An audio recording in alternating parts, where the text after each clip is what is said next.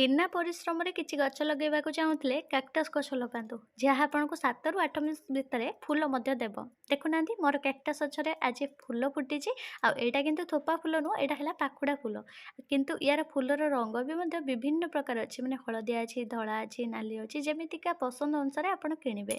ଆଉ ୟାର ଗୋଟେ ଗୋଟେ ଏମିତିଆ ଯୋଉ ତାର ଗଛ ଥାଏ ନା, ତାର ସାଇଡ଼ରେ ସବୁ ଯୋଉ ଫୁଲ ବାହାରିଥାଏ, ୟାର ମଞ୍ଜି ମଧ୍ୟ ରହିଥାଏ। ମଞ୍ଜି ରହିଲେ ଆଗକୁ ଭିଡ଼ିଓ କରିକି ଆପଣଙ୍କୁ ଦେଖେଇବି କେମିତି ତାର ମଞ୍ଜି ରହେ। କିନ୍ତୁ କାକ୍ଟାସ୍ ଗଛର କିଛି ସମସ୍ୟା ବିଷୟରେ ଆପଣଙ୍କୁ କହିବି, ଯେମିତି ପଚିବା ସମସ୍ୟା, ନରମ ବା ହେଉଛି ଯଦି ମାଟିଆ କିମ୍ବା ହେଉଛି କିଛି କଳା ରଙ୍ଗର ତାର ମୂଳ ପଡ଼ିଯାଇଥାଇବ, ତାହେଲେ ଆପଣ ଅଧିକ ପାଣି ପାଇଁ ୟାର ଲକ୍ଷଣଟା ଆପଣ ଜାଣିବେ।